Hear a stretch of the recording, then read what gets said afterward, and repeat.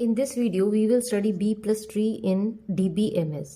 B plus tree B tree का variation है या हम कह सकते हैं एक्सटेंशन है। मीन्स बी प्लस ट्रीज में कुछ एड ऑन किया गया है, तो वो हम अभी आगे देखेंगे कि क्या एड ऑन किया गया है। बी ट्री की मैंने वीडियो पहले अपलोड कर दी थी। बी प्लस ट्री को हम binary search, balanced binary search tree भी बोलते हैं और एमवे ट्री भी बोलते हैं। बाइनरी सर्च ट्री में क्या होता है कि रूट के लेफ्ट में जितने भी छोटे एलिमेंट्स हैं, मींस लेसर एलिमेंट्स जो रूट से लेसर हैं, वो लेफ्ट में आते हैं, और जितने भी ग्रेटर एलिमेंट्स हैं वो राइट में आते हैं। और नोड के सिर्फ दो ही चिल्ड्रन हो सकते हैं, that is binary search tree. और एमवे ट्री क्या था? एमवे ट्री में क्या था कि एक नोड के अंदर एक से ज्यादा कीज आ सकती हैं।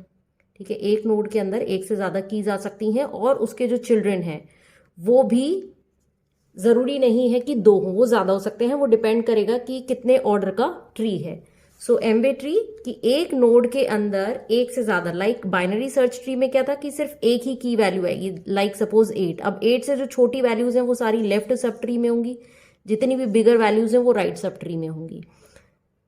तो बी प्लस ट्री में भी आप देखेंगे कि लेसर वैल्यूज लेफ्ट में होंगी, ग्रेटर वैल्यूज राइट में होंगी।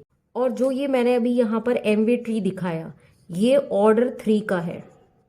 ऑर्डर 3 का क्यों है? क्योंकि 3 चिल्ड्रन आ रहे हैं यहाँ पर, और नोड के अंदर की वैल्यूज हैं 2।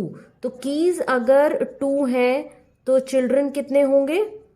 2 + 1 दैट इज 3। तो this is order 3 m way tree. Now B plus tree follows multi level indexing. Multi level indexing already हम डिस्कस कर चुके हूँ, कई सारी टाइप्स ऑफ इंडेक्सिंग में डिस्कस कर चुकी, sparse index, dense index, secondary, primary etcetera. तो मल्टी लेवल इंडेक्सिंग में क्या है कि ये मेरी जो मेन डिस्क, हार्ड डिस्क है, उससे मुझे डेटा फेच करने के लिए मैंने एक इंडेक्स फाइल बनाई, फिर एक और इंडेक्स फाइल बनाई, एंड सो ऑन। इसकी फर्दर इंडेक्स फाइल्स भी बना सकती हूँ। तो इसको अगर मैं रोटेट कर दूं तो it will be like this.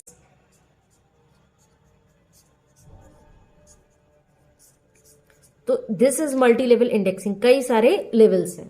Multi level indexing से हम नंबर ऑफ डिस्क एक्सेस या डिस्क ब्लॉक्स का एक्सेस जो है वो रिड्यूस कर देते हैं।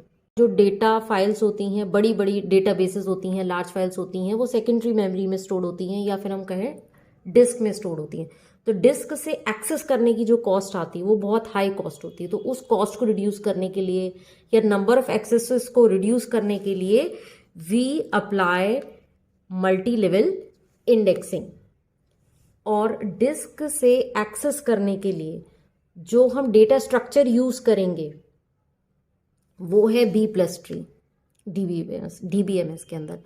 तो सेकेंडरी मेमोरी से डेटा को एक्सेस करने के लिए हम एक डेटा स्ट्रक्चर यूज करेंगे, and that data structure is B plus tree to fetch the data from secondary memory.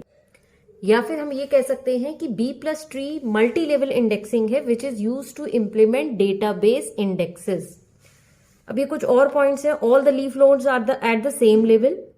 Leaf nodes denote actual data pointers. ये अभी मैं डायग्राम बनाऊंगी, उसमें दिखाऊंगी। एक्चुअली बी ट्री में क्या था कि जो डेटा पॉइंटर्स थे वो बीच में जो नोड्स होते हैं, middle nodes, non leaf nodes में डेटा पॉइंटर्स थे। लेकिन बी प्लस ट्री में सिर्फ और सिर्फ लीफ नोड्स पर एक्चुअल डेटा पॉइंटर्स होते हैं जो कि डेटा को पॉइंट करेंगे। All leaf nodes are linked using a link list. एक लिंक लिस्ट बन जाती है लीफ नोड्स की।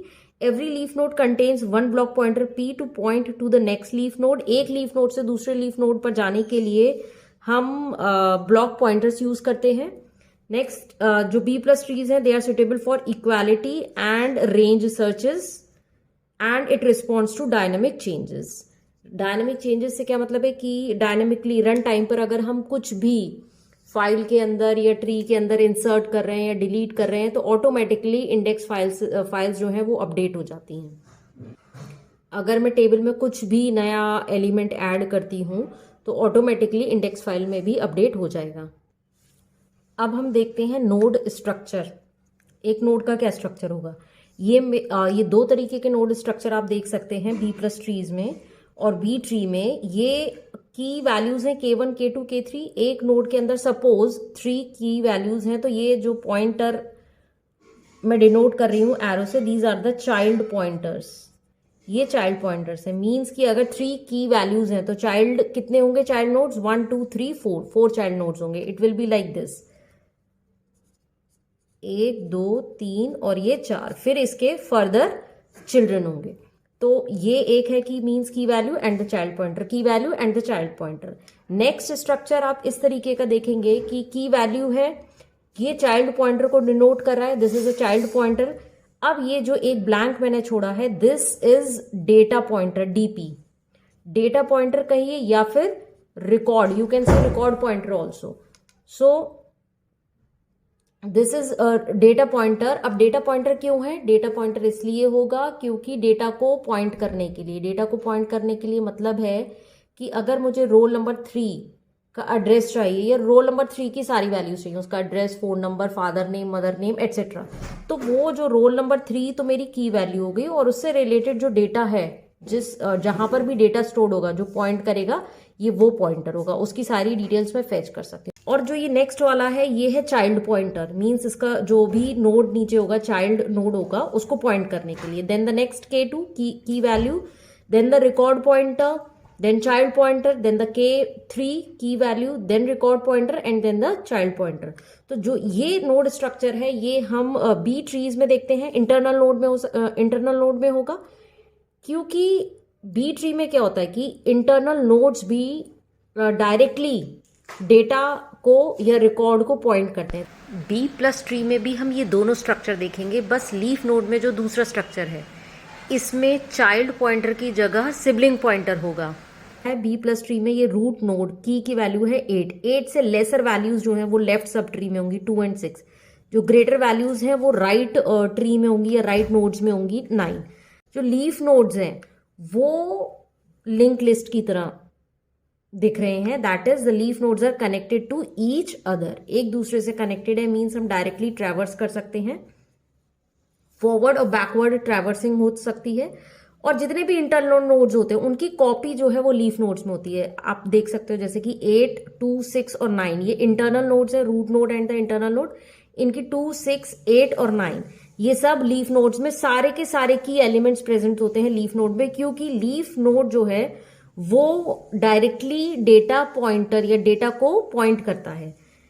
ये जो 2 है की वैल्यू, उसके साथ साइड में है मेरा रिकॉर्ड पॉइंटर, तो it will point to record 2। ये जो मेरी फाइल है, फाइल डेटा फाइल, इसको पॉइंट कर रहा है, रोल नंबर 2 की सारी डिटेल्स यहां पर है, देन रोल नंबर, और उसके बाद जो ये पॉइंटर है ये आगे उसको पॉइंट कर रहा है नेक्स्ट नोड को। इसको हम बोल सकते हैं सिबलिंग पॉइंटर, सिबलिंग पॉइंटर, क्योंकि सिबलिंग पॉइंटर और the pointer which is pointing to the next leaf node. Then ये पॉइंटर है, दैट इज ये अपने प्रीवियस नोड को पॉइंट करेगा। देन द की वैल्यू 6, उसके साथ है इसका रिकॉर्ड पॉइंटर, तो record pointer will point to that particular record. Then the sibling pointer which is pointing to the next block, ये पूरा का पूरा ब्लॉक है या फिर नोड है। की वैल्यू उसके साइड में है रिकॉर्ड पॉइंटर और the data pointer, then the key 8 and so on. अभी मैंने एक पॉइंट बोला था कि B plus trees help in equality and range searches. Range searches like for example select asterisk from student where roll number is less और equals to 6, where roll number is greater or equals to 6 and less or equals to 10, means 6 से 10 के बीच के roll numbers की value. तो searching होगी तो root से start, ठीक है, रूट से स्टार्ट होकर यहां पर आएगा, देन रोल नंबर 6 जो स्टार्टिंग वैल्यू है यहां से यहां पर आएगा, चाइल्ड नोड पर, लीफ नोड पर आएगा।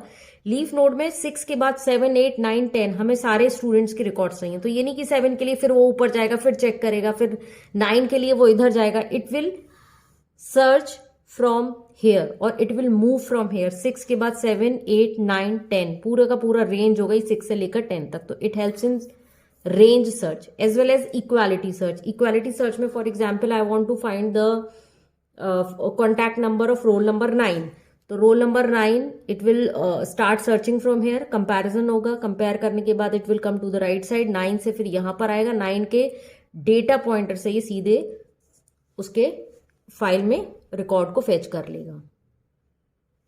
तो ये कुछ पॉइंट्स जो मैंने यहाँ पर अभी बताए थे कि all the leaf nodes are at the same level पर होते हैं।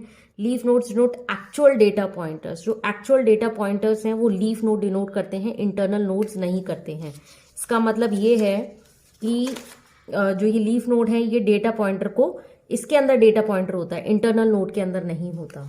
Then leaf nodes are linked using a link list की तरह लिंक्ड होते हैं सारे के सारे nodes. Every leaf node contains one block pointer P to point to the next leaf node.